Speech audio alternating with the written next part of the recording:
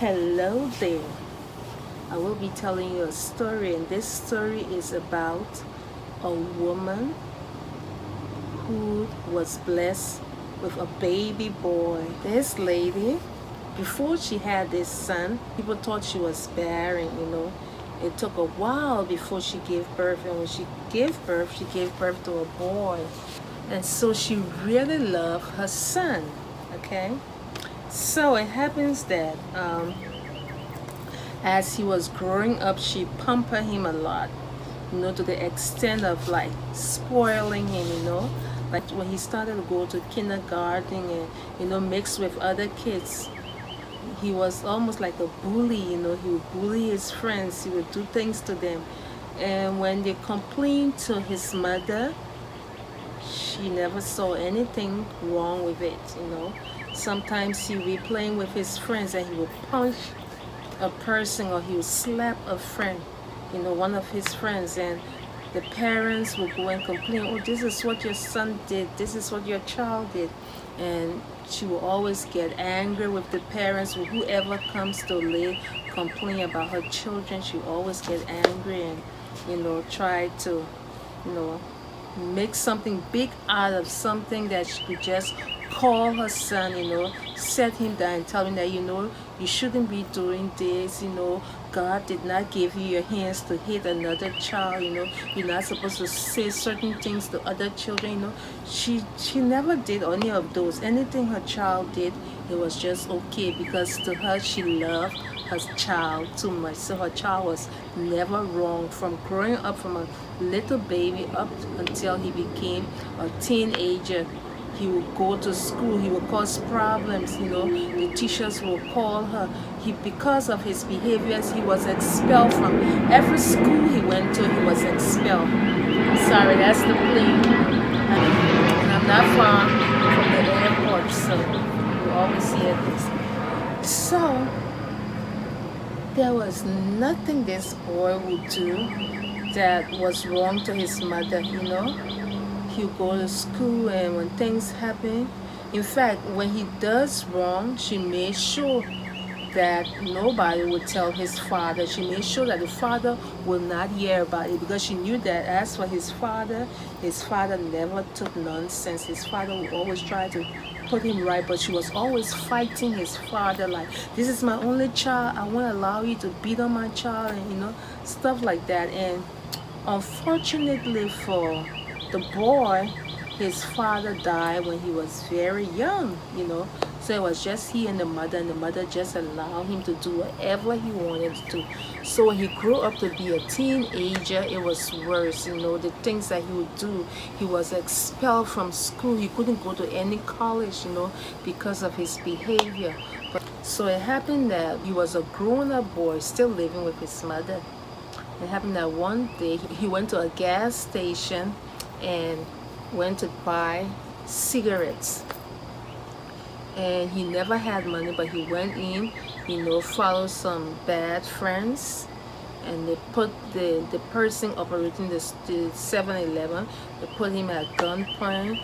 He had the pistol, put the man at gunpoint, took some things, and when he was leaving, the man took the phone to call the police, and he shot the man. And when he shot the man, to cut long story short, he ended up going to prison. The day came for the case, for them to do the case, because he was in jail for a while. And then his mom got the best lawyer she could find, because his mom had a lot of money. So she found the best lawyer she could find, and she was really fighting the case so that her son could be free. She told this lawyer that if you can set my son free, I will give you anything you ask for. So she had some very good lawyers that were actually fighting the case. So the day came for the hearing and everything, for the sentencing and stuff like that. The day came, and when she was at the courthouse, she was there with all her friends and things, and she had all these lawyers that were helping, supporting her, helping with the case. And she was sitting there, and the judge was there and everyone. And to cut long story short, they found her son guilty, and the sentence that they gave her son was death by hanging. And so this woman started to cry. She started to plead, this is my only child, you people can't do this to me and this, that. started to cry. And so the judge, they turned to the boy. They said, well, before we take you away, do you have anything to say? Do you have a last word? Anything to say, you know? Do you regret any of your actions? Because he was a very bad boy. And then he told the judge and those in the courthouse, he said, yes, I have something very important to say. And he said, well, the floor is yours. You can say whatever you want to say. The floor is yours. And so he said, what I want to say, only my mother can hear what I want to say. I want to tell my mom something in her ears, because what I have to say is only for the ears of my mom and no one else. And everybody was shocked, like, what is it he wants to say? You know, people were kind of afraid, like, I hope he's not going to tell his mom to come and do something, because this boy was wicked, you know, and his mom was always backing him up. And so he said, Mom, my loving mother, please, can I say this thing to you? She was so happy. She said, my son, you can tell me anything. And then he said, bring your ears. And she turned her ears to her son like, yes, sweetheart, what do you want to say? Tell me anything. And she turned her ears. And this boy grabbed his mom's ears and bit the whole thing off. And there was blood everywhere in the courthouse. And she started to cry. She was like, oh my God, my ears are gone. My ears are gone. And she started to cry bitterly. And so the police and everybody was there. They told this boy. And they asked him, well, why would you do such a wicked thing to your mother, who has been with you all this time, who has been having your back all this time, trying to get you free? And then this boy was like, you know something, George? He said, if only my mother had told me the right thing to do, if only my mother had told me the truth, if she had stood with me and told me when I was from small, when I started to beat on my friends and insult my teachers and do the wrong thing, if my mother had corrected me from small, he said that I won't be standing here today about to lose my life, about to be hanged for a murder case, something that I did. He said, if only she had done her work as a mother. He said, so I had to bite off her ears so that as long as she lived, she would remember that she is the cause of my death. And so they took this boy out of the courthouse and took him to the gallows to be hanged. And that's the end of the story. So you may ask, so what's the purpose of this story? Why? What's the lesson in this story? So the lesson is plain.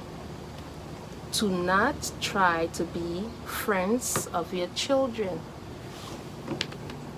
Be their parent. Correct them. Tell them the truth, because you're the only one they might ever hear the truth from. You know, there will be other older people, there will be other people in their life, but it's not everyone that will tell them the truth. You know, so you should be their parent. You know, be their parent. Tell them when they go wrong, say what you're doing is wrong. When they want to do something that you know is not right, tell them that this is not right. They won't always listen to you, they won't always follow your advice, but at least you will have a clear conscience that I told my child the truth. I stood for the truth, and even if they never agree with me, I know that I always told them what was right.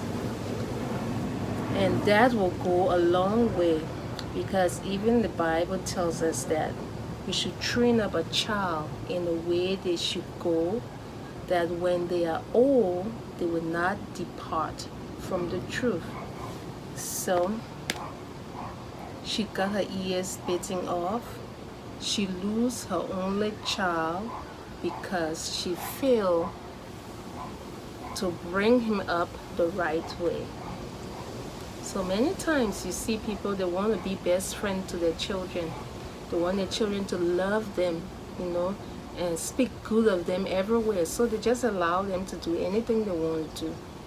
But remember, you are the parent, and you cannot be the best friend to your child. Okay? I love you, and stay blessed.